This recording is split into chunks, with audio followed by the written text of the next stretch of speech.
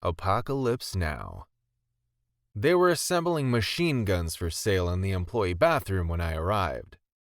All the line cooks were hunched over Armalites and M16s, while outside, in the nearly unmanned kitchen, orders spewed out of the chattering printer and were ignored.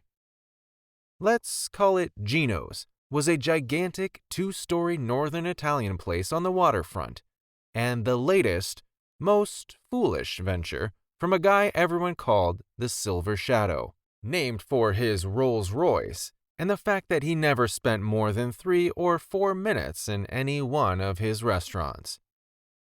When I first walked in the door, it was like the Do Luong Bridge scene in Apocalypse Now, where Martin Sheen shows up in the middle of a firefight, Hendrix blaring in the background, and inquires of a soldier, "Where's your CO?" To which the soldier replies, "Ain't you?" Nobody knew who was in charge, what was going on, who was ordering the food, or what was going to happen next. It was a big, expensive, and crowded asylum, run almost entirely by the inmates. Money flowed in, God knows it was busy enough, and money flowed out.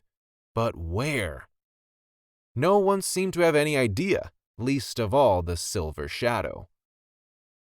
Gino's and its sister restaurant in Baltimore were classic "don't let this happen to you" examples of overreaching by a successful restaurateur.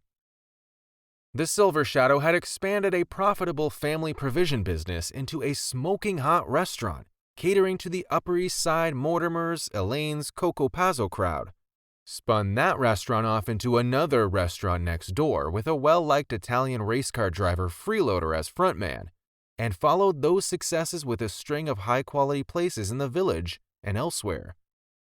It had seemed, for a while, as if he could do no wrong. He was hiring chefs by the bunch. My old friend Sammy already worked for him, and he'd apparently asked Sammy, "Do you know any more like you?"